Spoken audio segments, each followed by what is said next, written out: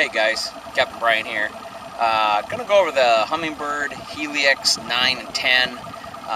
The 7 works basically the same way and some of the same features, but the 9 and the 10 have a few different buttons and stuff for it. The 12 also the same deal. But I just want to give you an overview of kind of how they work and all. We won't get super in-depth into them, but I just thought we were out here on the lake today, and I'd just go over a few of the things on them to help you understand the product and maybe understand your unit if you've got one. What we've got here on the dash, I've got a Helix 10 side imaging, so it does side and down. On the bow up there, I've got a Helix 9 down imaging, so it doesn't do the side, but it does just straight down imaging. Your on button on these units here, obviously, and we'll shut this off and we'll start from there. Let it shut down. The biggest difference on the 9s and the 10s, the size of the body is the same, but the screen area, if you can see this dark area around here, that's just a little bit bigger on the 9, and that's how they shrink it down, because it's 10 inches diagonally is how you get your screen sizes. Anyhow, you've got your on button. We'll hit it here, let it power on. That gets everything booting inside it, brings up all your settings and stuff that you've had. You got menu options, hit menu. You want to start it in normal mode, so we're just going to arrow right. Just a warning, exit there. And this is the preset screen that it always comes up to. Now, to go to your different screens, you can hit view up here. And once you find a screen that you like, these 3 buttons right here along the side, these 3 buttons are shortcuts to screens that you like that you're going to use all the time. So here's your view button, here's your regular 2D sonar, here's your down imaging sonar, side imaging, your side imaging along with 2D sonar, side imaging with down imaging, your GPS, 3D GPS, kind of a bird's eye view, GPS with your 2D sonar, down imaging, side imaging. And then here's your screenshots. These are shots that I've taken of fish on different spots, and you can save it on a memory card. And then back to this. Now there's other views in there, and we'll get to where those are. I've got a bunch of different ones hidden on here, so I don't have to go through all of them. Now my favorites that I saved, my top button is my side and down imaging. My second button is my GPS and side imaging, and my bottom button is my just main GPS, so it's a full screen of just GPS. Menu wise, you've got your menu button here. The first time you hit the menu, it's going to give you the menu of the screen that you're on. You can see this being highlighted here, this yellow.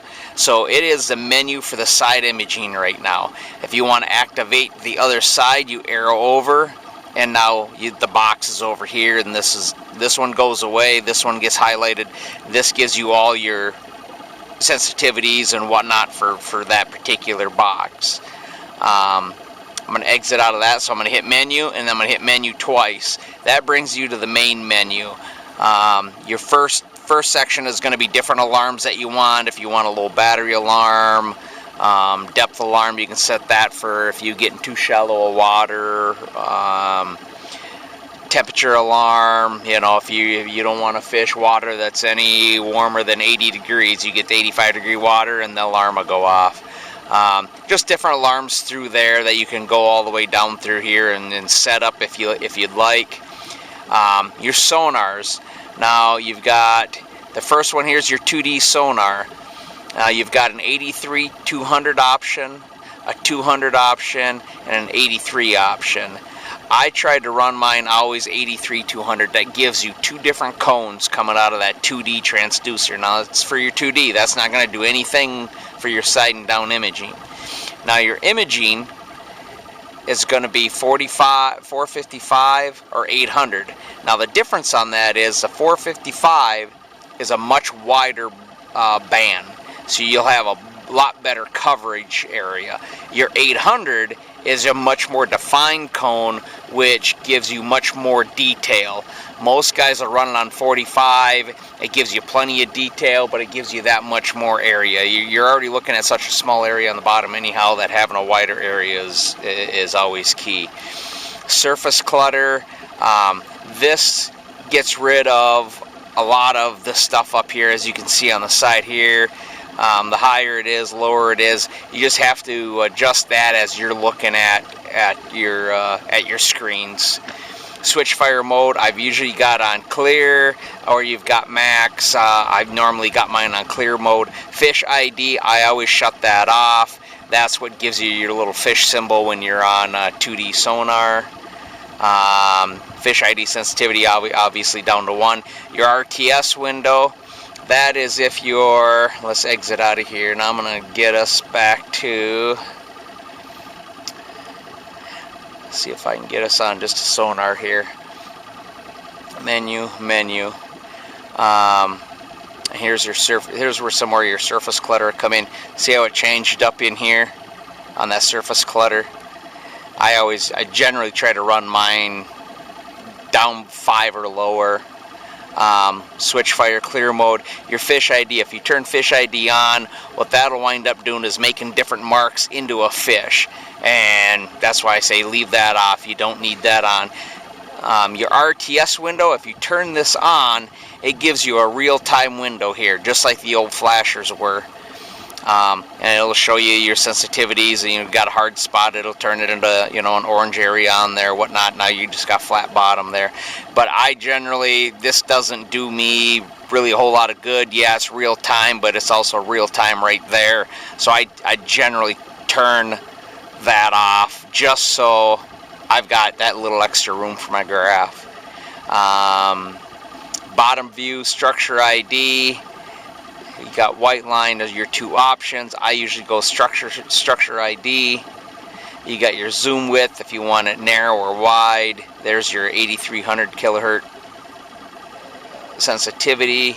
I've got that's at 0 right now, which is actually halfway in between. So it's not like it doesn't have any sensitivity. It's at its factory setting of even. Depth lines are off. If you turn that on, it just gives you some depth lines here, so you can see, okay, that fish was at 15 feet while we're in like 24 foot of water. I tend not to have that on, just less clutter on the unit. Side range lines, same way. If you had your side imaging, it would put the lines here so you knew how far out you were looking. Noise filter low, medium, high. That you just got to play with on your own to kind of get an idea when you're out on the water, as to if you're getting any noise frequency back between other transducers and stuff. Max depth, I did 120. I don't plan on ever fishing over probably 80 foot of water, if that, but that way it's not jumping up and down a bunch and trying to look any farther than it needs to. Water type, you want fresh. Transducer, you're going to go through your connections on the transducer. You've got a high definition side imaging on this one. Color bars off. Temperature graph. The temperature, basically, if you turn that on, it puts it up here where in between, it's at 71 to 91 because we're at about 81 degrees right now. I don't really need that on there because I know what it is here. It's really not going to change. Now up here you've got your navigation, current track. This is where you can save, clear, what the track looks like. I've got it as a normal line. You can change your colors of what the tracks look like and all that in here. You can stop, you go back here you can stop tracking if you don't want it to have tracking, clear it so it's totally gone, save them, that sort of thing there.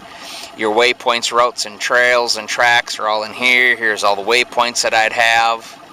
That's where you'd find your waypoints. Save track default, that just basically when a track is saved, what does it look like? You can change what it looks like. Your map orientation, I've got mine on north up.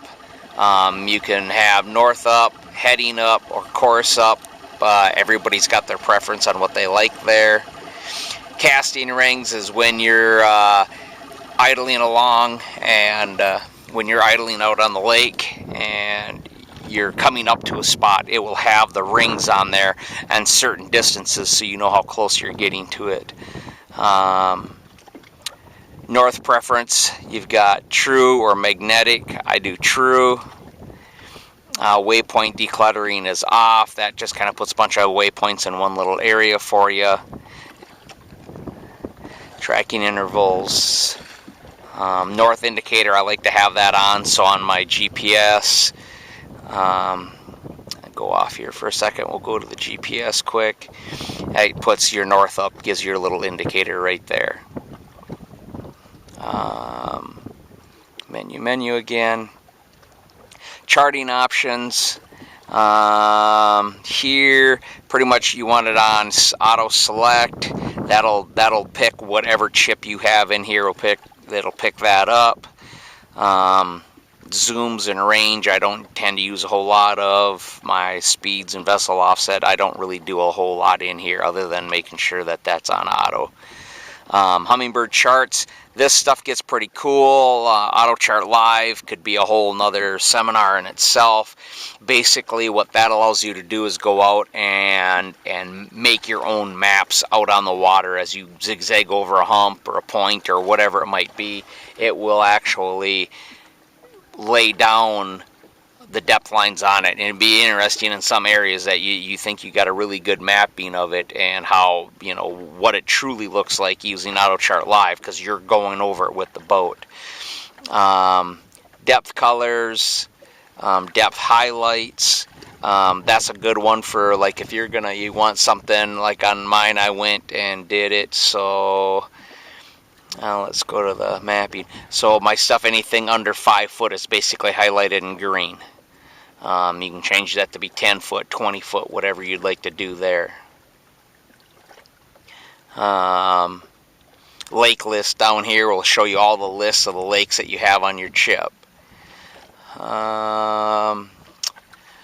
Water level offset. This one's really cool because we're at summer pool right now here on Barkley Lake. Now when we get to winter pool, I can subtract this down so it's a -4 feet, and it will take all these. Instead of this being 4 foot, it's going to be 2.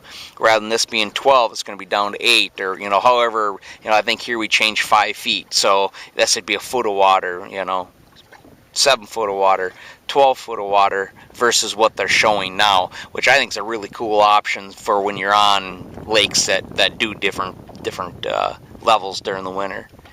Let's go back up here to the top.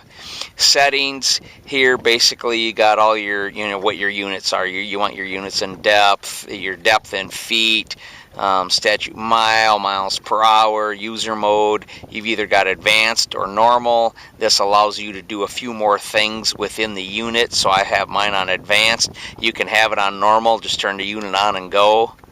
Language, obviously, English. Restore defaults. This is a big one for whenever you want to do upgrades to the units. They will always ask you to go back and restore the defaults. And, you know, you arrow over it, ask if we want to do it now. You'd hit yes, and it would bring it back to the factory reset. And then once you do your downloads or whatever upgrades you want to this, then just take it back and put your unit back the way you'd like it. Digital readouts. Here we've got the box style, which lays everything out here. Gives you your time, volts, speed. You can change some of that stuff you want. You've got overlay, which is what I do on this one. I put boxes on the front one, so I have my time on it. This one, all I really need to know is, you know, how fast I'm going, the depth, and it's got, you know, I'll do your water temp. You can clear them out if you don't want any of them on there whatsoever. Select readouts. This is where it'll let you you know, you can put in what your different readouts will be. You can change those to be whatever, you know, whatever your liking is. depth offset again, temp offset, local time, depending where you're at. We're central time here. Daylight savings time is on, so it automatically changes for me. And then here, digital formats, you can change how big, you know, your digits and stuff are. Sonar is on. And your sound, you don't hear this beeping when I do it because I shut my sounds off. Up here, your views. Now this is where, when you do your views up here, and we're going through the different views that you had, sonar, your down imaging, side imaging, all your combinations. These are the ones that are visible to me. So when I go through my view, I've got my sonar, I've got my down, I've got my side, I've got my down imaging and sonar, side imaging and sonar. I've got these are the ones that I can see. A zoom sonar I don't have on. My split sonar I don't have on. My down and my sonar I don't have on. Down, side, and sonar, I've got that hidden. But I do have my down and my side available. So you can go down through here and show which ones you want to see, don't want to see. You could have them all on. You can have them, have them off. That's, again, a personal preference. And then over here, you've got your screenshot, and what that is, again, when I'm going to show it on here. Whoops. When you're going through this too on your views, so you're going view and I missed it, I wanted to look at that. If you hit exit, it'll go backwards. So here's my screenshots as to the different ones I've done, and you can go and select each one, whatever you want to do here, and arrow over to show it. And there's, I was on this point, took a shot, and I got a brush pile with a bunch of fish that were around it.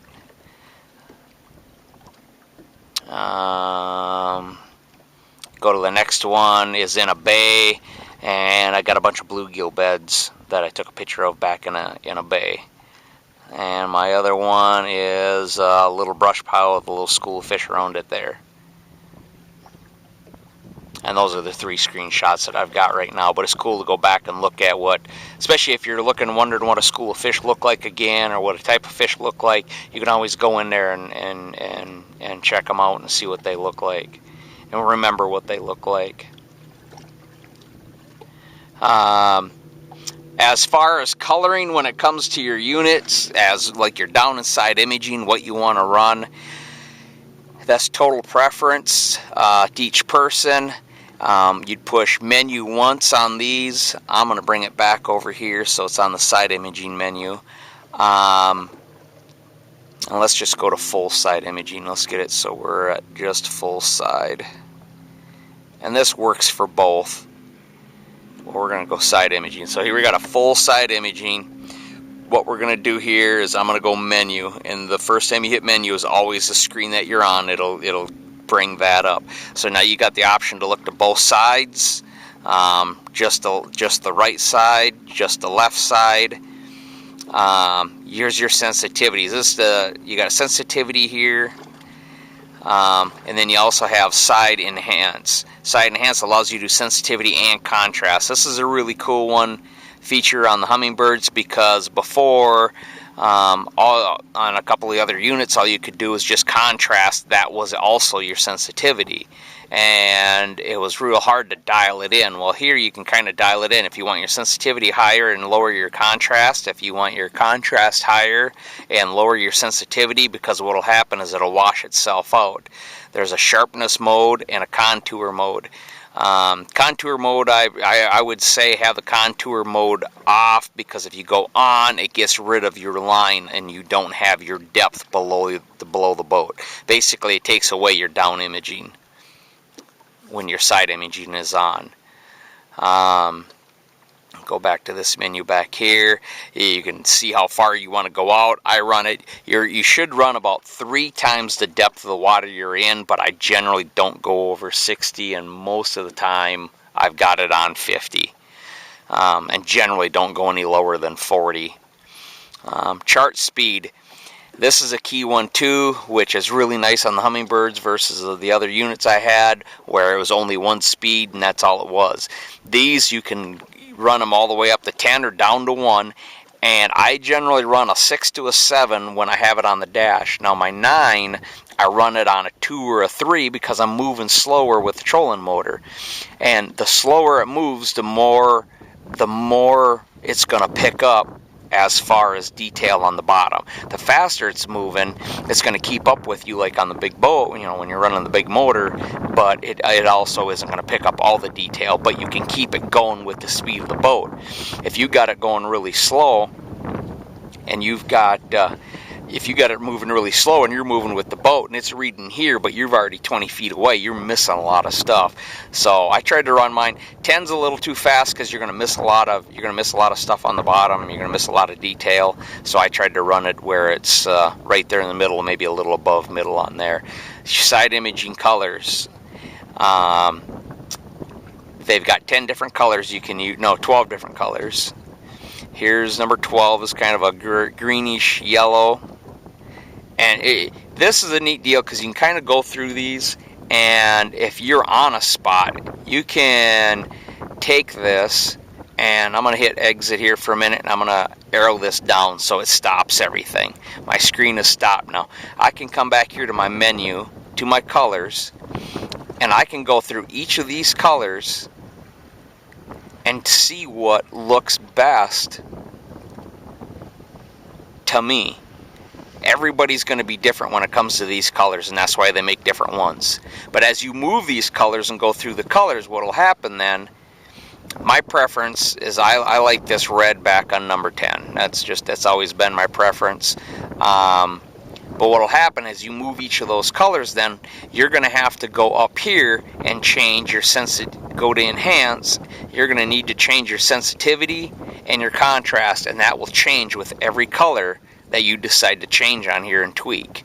So as you go to different colors, remember, just because you got it on, say, 15 and 13 here, if I go to the blue or if I go to the yellow, it's going to look different. You're going to want to go back and tweak these two settings here to make it exactly what you want and to make the things pop the way you want them to pop. I'm going to start us up here, and I'm going to idle us back over this point back here and just show you what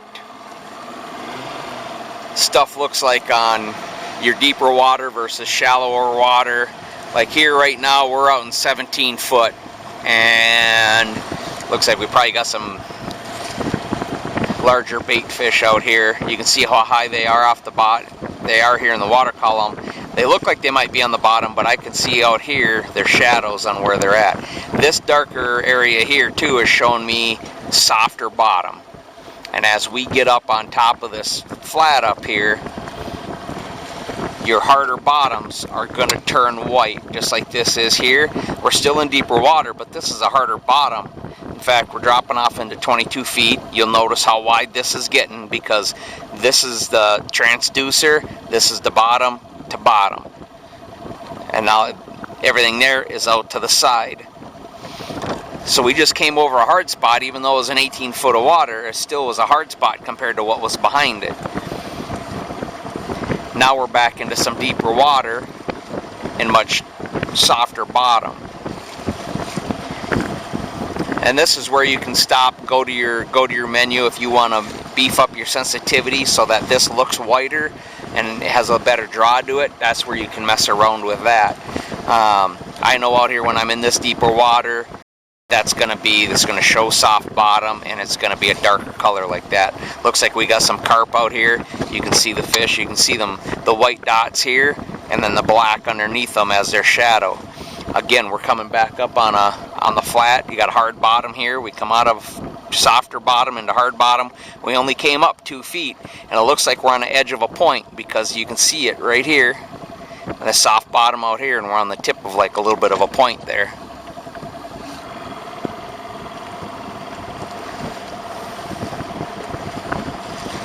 Keep idling up this. Now this is what I like to see. Dots like that, and that. That to me is the fish I'm looking for. All your fish are going to look different. And why? Some people are always, oh, how do you know it's bass? How do you know it's bluegill? How do you know it's crappies? How do you know it's white bass or whatever? Each fish species schools differently and relate to the bottom differently. Here we come up on this flat even farther, and the farther we get up, the harder the bottom gets and the wider it gets through here. And then obviously your cone is getting narrower here, because just like if this was 0 to 50 feet deep, you're only in 9 foot of water. That is why you have only got the small distance in here of going to the bottom, and then this is all out to the side. We'll idle back off this again. Let's go to a side and down imaging.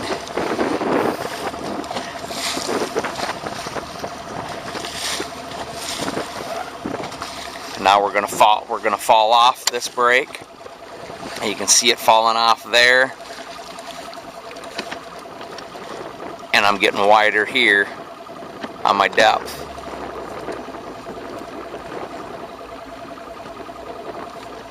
And we'll fall back off into the deeper water, and you'll watch how this changes from being white to that darker color. Looks like we've got a fish just hanging off the bottom. You see that white dot, and then you can see the shadow right underneath it. That's a fish very close to the bottom. Unlike the other ones that were way up, and you can see the shadows like these, where you can see the fish way up here and the shadows are way off to the side. Those fish are really high on the water column.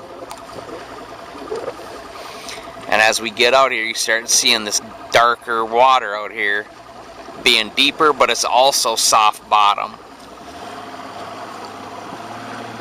Same thing on how it got darker green here, got rid of that white. Looks like you can see the white dots out here. Those are fish. You can see the shadows underneath them. Looks like a little stump out here.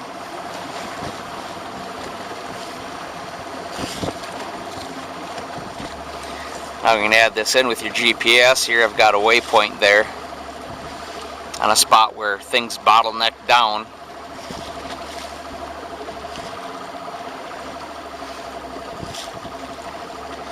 You got some more fish here. I wouldn't consider those bass. They're bait fish of some sort. Some more small bait fish there. It looks like some, could be bass here, just hugging the bottom really tight.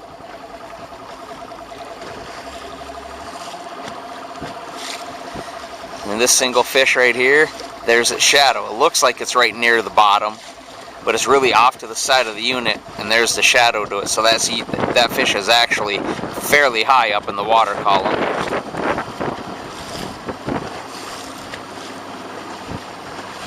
We'll go see if we can idle over a stump on this flat here.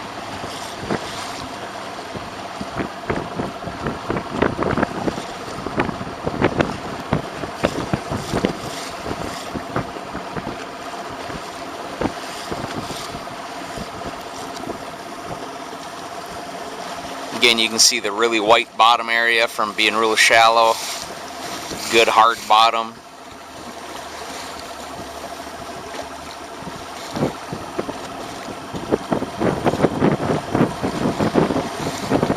You can see we're going over the real shallow area there. I'll zoom in a little bit.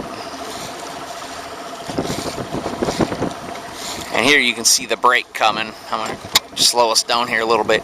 See that shadow? This is the break, and you can see the break on the GPS here where it breaks off and goes into deeper water. We're going to try to come right out off the end of that point.